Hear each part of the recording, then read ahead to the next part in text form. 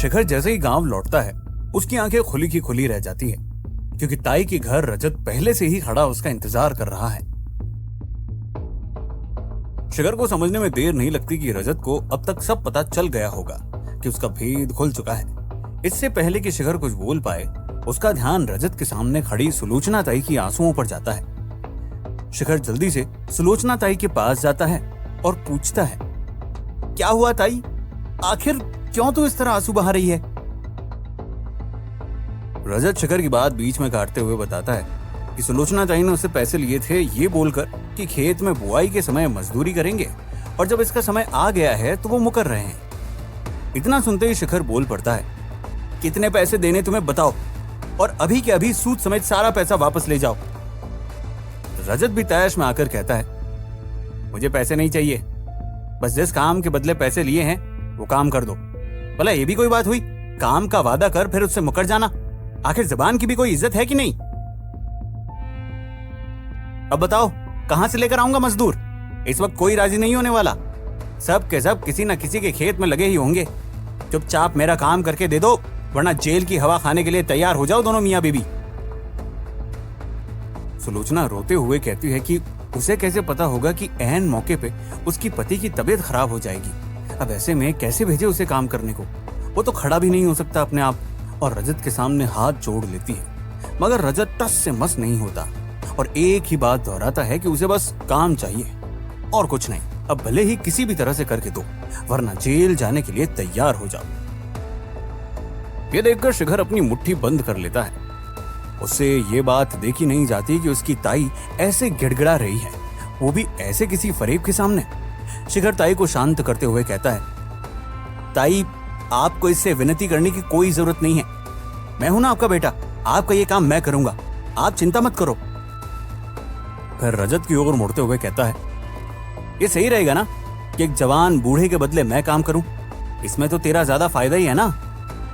ये बात सुन रजत के चेहरे पर चमक के साथ एक मुस्कुराहट भी आ जाती है और मन ही मन सोचता है, अब तेरे से हिसाब लूंगा। हाँ, मुझे क्या परेशानी होगी इससे? मुझे तो अपने काम से मतलब है, चाहे वो चाचा करे या तुम। मेरी कोई जाति दुश्मनी थोड़ी है किसी से। कल सुबह आ जाना खेत में, मुझे काम के मामले में देरी पसंद नहीं है। शिखर रजत की मुस्कुराहट देखते ही समझ गया है कि कल उसके लिए कुछ खास तैयारी हो रखी है और रजत यहाँ बस उसको तंग करने आया है। सुलोचना ताई भावुक होते हुए शिखर से कहती है, पता नहीं बेटा, मैं तेरा एहसान कैसे चुकाऊंगी। जब से आया है तू, तब से मेरी खातिर सिर्फ परेशान ही रहता है। कैसे कर पाएगा ये मजदूरों वाला काम तू? तुझे पता भी है हल कैसे चलाते हैं, कैसे खेत को सींचा जाता है। मत करना बेटा इतना हमारे लिए, रहने दे, चले जाने दे जेल हमें। सुलोचना ताई मना करने की खूब कोशिश करती है, मगर शिखर अपने कहे से पीछे हटने को राजी नहीं है। सुलोचना ताई जैसे ही एक बार फिर गुहार लगाने की कोशिश करती है, शिखर सुलोचना ताई को कसकर गले लगा लेता है और एक धीमी सी आवाज में कहता है, तू जेल चली जाएगी ताई तो हमें खाना कौन खिलाएगा? बहुत भूख लगी है, खाना लाओ ना ताई। वैसे भी बेटा का है ना मुझे, तो चिंता मत करो, मैं सब संभाल लूंगा। अब कल की बात हम कल ही देखेंगे। बस अब भी लगाती हूँ खाना, बोलकर ताई वहां से चली जाती है। शिखर बबीता और शीना की ओर देखता है और तुरंत उनके मन के अंदर उठ रहे सवालों को समझ जाता है और उन दोनों को अब तक का सारा किस्सा बताता है और ये राज भी खोल देता है। इन सब के पीछे रजत का ही हाथ था और इसीलिए वो यहाँ पर उस बात का बदला लेने आया है, क्योंकि उसे पता है कि हम उसका राज जान चुके हैं और हमारे पास इस बात का फिलहाल कोई सबूत नहीं है। इसलिए अब से हम सबको ज्यादा से ज्यादा सावधान होकर रहना पड़ेगा। अगले दिन सुबह सब जल्दी उठते हैं काम पे जाने के लिए। सुलोचना ताई एक पोटली अपने साथ में ले लेती है और सब एक साथ खेत की ओर जल्दी निकल पड़ते हैं, जिससे रजत को कुछ और बोलने का मौका न मिल जाए। रास्ते में रवि सब पर चिल्लाते हुए कहता है, अरे यार, हम सब इतने आराम से और धीरे धीरे क्यों चल रहे हैं? जरा जल्दी करो, वरना अगर रजत हमसे पहले पहुंच गया तो फिर कोई नया बखेड़ा खड़ा कर देगा हमारे लिए। वो तो इसी बात का इंतजार कर रहा होगा। आखिर कुछ दूर चलने के बाद वो रजत के खेत पर पहुंच ही जाते हैं। पूरा खेत पानी से हल्का भरा होता है, साथ ही वहां और भी कई लोग आए हुए हैं काम करने और सब मजदूर साथ बैठकर आपस में बात कर रहे होते हैं। सुलोचना ताई सबके साथ एक कोने में बैठ जाती है और सब मिलकर अब रजत के आने का इंतजार करने लगते हैं। सबके मन में यही चल रहा होता है कि आखिर रजत शिखर से काम क्या करवाने वाला है। शिखर के मन में इन सब से दूर कुछ और ही ख्याल चल रहा होता है। वो तो ये सोच रहा होता है कि आगे क्या किया जाए, कोई ना कोई रास्ता निकालना ही होगा जिससे इस रजत को सबके सामने लाया जा सके। कुछ तो ऐसा दिमाग लगाना पड़ेगा जिससे चिट फंड भी खुल जाए और रजत की सच्चाई भी सामने आ जाए। रवि इतने में एक धीमी आवाज में शिखर को बोल पड़ता है, क्यों ना हम इस रजत की पिटाई करवा दे किसी से पैसे देकर, फिर वो एक ही बार में सीधा हो जाएगा, सारी अकड़ बाहर निकल आएगी और अपने आप ही गांव वालों के सामने सारी सच्चाई बता देगा, वरना ये तो हमें ऐसे ही परेशान करता रहेगा।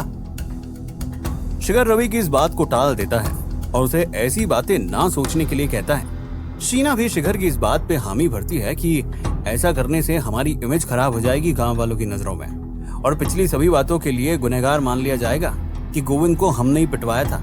इसीलिए हमें हर कदम सावधानी से उठाना पड़ेगा गांव वालों का विश्वास जीतने के लिए।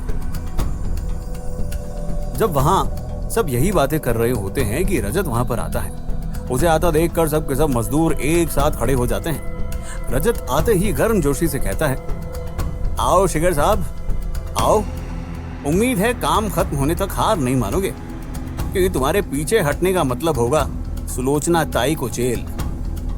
रजत इतना बोल बाकी मजदूरों की ओर बढ़ता है और सबको क्या क्या काम करना है ये बताता है और फिर लौट कर शिखर की ओर आ कहता है, चलो उठाओ कुदाल और शुरू हो जाओ, लग जाओ काम पे। मुझे आज के आज ये काम शाम तक खत्म चाहिए। इस कोने से लेकर उस कोने तक का काम तुम्हें ही करना है। रजत इतना कह वापस अपनी गाड़ी की तरफ बढ़ता है और गांव की ओर वापस निकल जाता है।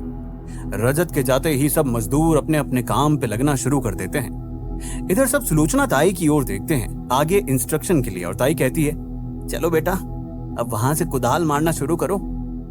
वो देखो जैसे वो कर रहा है ना वैसे, और एक सीधी लकीर में आगे कोने तक इस तरह लकीर बनाते जाओ। शिखर इतना सुनते ही अपना शर्ट मोड़ता है और खेल में उतर जाता है। फिर कुदाल चलाने लगता है और बाकी सब ये नजारा देखने लगते हैं। थोड़ी देर बाद ही शिखर के माथे पर पसीना आने लगता है और धूप भी काफी बढ़ने लगी है। ये सब नजारा देख के सबकी आंखों में पानी सा आ जाता है। सारे दोस्त यही सोचने लगते हैं कि ताई की खातिर करोड़ों का मालिक यहाँ पर ऐसा काम कर रहा है अपनी आराम की जिंदगी छोड़कर। इतने में ही सुलोचना ताई शिखर की ओर देख कहती है, बेटा आराम से, संभल कर कहीं चोट न लग जाए, ध्यान से करना, कुदाल संभाल के चलाओ। तुम भी कहां इस बुढ़िया के चक्कर में इतनी परेशानी मोल ले रहे हो, कुछ समझ नहीं आता। अरे ताई तू चिंता मत कर, मैं अपने पुराने दिनों में एक आदमी के बगीचे में काम किया करता था। ये कुदाल चलाना तो मेरे लिए बहुत आसान सा काम है। तू बस देखती जा अपने बेटे का कमाल, कैसे चुटकियों में सारा काम खत्म करता हूँ। तू बस बैठ और देख। इतना सुनने के बाद रवि को भी रहा नहीं जाता और वो भी जोश के साथ में खड़ा हो जाता है और पजामा मोड़कर जोर से हुंकार भरता है, जैसे मानो जंग में जा रहा हो और खेत में कूद जाता है और कूदते ही फिसल कर गिर जाता है। शिखर और रवि बबीता की ओर जाते हैं। कीचड़ में सना रवि एक लटके हुए चेहरे के साथ बैठा है और बबीता उससे पूछती है, ठीक तो ना, चोट तो नहीं आई कहीं? चोट तो नहीं आई, मगर सोचा था हीरो की तरह एंट्री लूंगा शिखर की मदद करने, मगर वो पूरा सीन चौपट हो गया, सारे कपड़े भी खराब हो गए। और ये सुन सबकी हंसी छूट जाती है और सब ठहाके मार कर हंसने लगते हैं और रवि अपने ऊपर से कीचड़ साफ करने लगता है। चलो अब चलकर हाथ मुंह धो लो सब तालाब में जाकर, खाने का समय हो गया है, मैं खाना लगाती हूँ। वैसे भी भूखे पेट कोई काम नहीं होगा। सुलोचना ताई कि ये कहते ही सारे दोस्त तालाब की ओर बढ़ने लगते हैं और हाथ धोकर वापस आकर एक पेड़ के नीचे बैठ जाते हैं, जहां सुलोचना ताई अपने साथ लाई पोटली खोल रही होती है। शिखर ताई के चेहरे पर एक उदासी देख कहता है, अरे ताई आज इतनी मेहनत कर मजा ही आ गया, आज तो भूख भी बाकी दिनों से ज्यादा लग रही है। तुम खामखा ही बोल रही थी कि मैं ये काम कैसे करूंगा। हाँ ज्यादा बना मत इस बुढ़िया को, सब मालूम है कितनी ताकत लगती है ये काम करने में। अब चुपचाप खाना खा ले जल्दी से, भूख लग रही होगी ना तुझे। सब खाना सामने देख टूट पड़ते हैं और सुलोचना ताई की तारीफ करने लगते हैं। मगर शिखर एक अलग ही ख्याल मन में सोच रहा है कि अब इसके बाद आगे कैसे बढ़ा जाए रजत के खिलाफ। और अपने में ही बात करते हुए सर हिला रहा होता है कि शीना की नजर उस पर पड़ती है। क्या सोच रहे हो, हमें भी तो बताओ। शिखर सर हिलाकर बात को टाल देता है। कुछ नहीं, बस ये सोच रहा हूँ कि इस कुल्हाड़ी का काम लगभग हो ही चुका है, अब बस पौधे लगाने रह गए हैं, शाम तक वो भी हो जाएंगे। बस इतना कहकर शिखर खड़ा हो जाता है और हाथ धोने चला जाता है। शिखर के पीछे बाकी सब भी हाथ धोने को चल पड़ते हैं और हाथ धोकर शिखर सीधे खेतों में उतरता है और कुदाल चलाने लगता है। रवि भी उसके साथ आ जाता है और उसकी मदद करने लगता है। उधर सुलोचना ताई पौधों को खोल के तैयार करने लगती है ताकि पौधे लगाना थोड़ी देर में शुरू किया जा सके। बबीता और शीना भी इसी काम में उसका साथ देने लगती है। दोपहर धीरे धीरे ढलने की ओर बढ़ने लगती है और ये देखकर कि इसमें और वक्त लग सकता है, सुलोचना भी बबीता और शीना के साथ खेत में उतर जाती है और पौधे लगाना चालू कर देती है। अरे ताई, आप लोग क्या कर रहे हो, बस हो ही गया, मैं और रवि देख लेंगे, आप वापस बैठ जाओ और तुम दोनों भी बैठ जाओ। शिखर गुहार लगाते हुए कहता है। अकेला तू ही सब करेगा क्या? वैसे भी ये ज्यादा मुश्किल काम नहीं है, बस पौधे जमीन में गाड़ने ही तो हैं और साथ काम करेंगे तो जल्दी खत्म होगा, फिर घर भी तो जाना है। शीना और बबीता भी सुलोचना ताई के साथ हो लेती है और फिर सब मिल के काम में लग जाते हैं। तभी उधर से रजत उनके सामने खड़ा हो जाता है। रजत पसीने से सने शिखर को देख के हंसने लगता है। क्यों, आ रहा है ना मजा मेहनत करने में? अगर किसी और के मामले में घुसने की कोशिश ना की होती तो आज ऐसा कुछ नहीं हुआ होता। मैं उन लोगों में से नहीं हूं जिन्हें मेहनत करने में मजा नहीं आता हो। अगर ऐसा होता तो इतना सब होने के बाद भी यहाँ इस गांव में नहीं टिकता। तुम्हें जो करना है कर लो, मैं तो अब पीछे नहीं हटने वाला। ये बात सुन रजत के चेहरे की हंसी गायब सी हो जाती है और वो वहां से मुंह फेर कर बाकी मजदूरों की ओर बढ़ जाता है। थोड़ी देर में सूरज भी उतरने लगता है और ढलने की ओर बढ़ने लगता है। धीरे धीरे पूरा खेत भी धान के पौधों से भर जाता है। सुलोचना के साथ सभी पेड़ के नीचे बैठ जाते हैं और खेत की तरफ निहारने लगते हैं और सबको अपने काम पे गर्व हो रहा होता है। इतने में रजत वापस आता है काम का मुआयना करने। क्यों, हो गया ना तेरा काम? अब तो जेल भेजने की धमकी नहीं देगा ना, या अभी भी कुछ छूट गया है? सुलोचना रजत से कहती है। मैं किसी का दुश्मन थोड़ी हूं जो ऐसे ही जेल भेज दूंगा। मुझे तो बस कोई काम चोरी पसंद नहीं, बाकी तो मैं हमेशा से तेरी और चाचा की कितनी इज्जत करता हूं। आखिर तू मेरी ताई जैसी है। अगर आपके मन में सच में इज्जत होती तो चाचा को इस हाल में देखकर ताई को परेशान नहीं करते। रवि की ये बात सुन रजत अपने दांत पीसता हुआ वहां से निकल जाता है और फिर अपने घर की तरफ जाने लगता है। घर पहुंचकर तिल मिलाया हुआ रजत सीधे अपने बाथरूम की तरफ जाता है और हाथ मुंह धोकर सीधा नीचे हॉल में आता है तो देखता है सामने शिखर खड़ा है। शिखर आगे बढ़ते हुए एक गंभीर आवाज में कहता है, आपके लिए मेरे पास एक ऑफर है जो आप मना नहीं कर पाओगे। क्या हम बात करें? क्या है आखिर शिखर का ऑफर? क्या चल रहा है शिखर के दिमाग में? क्या शिखर अपने मकसद में कामयाब हो पाएगा? जानने के लिए सुनते रहिए मिलियनेयर डिलीवरी बॉय, सिर्फ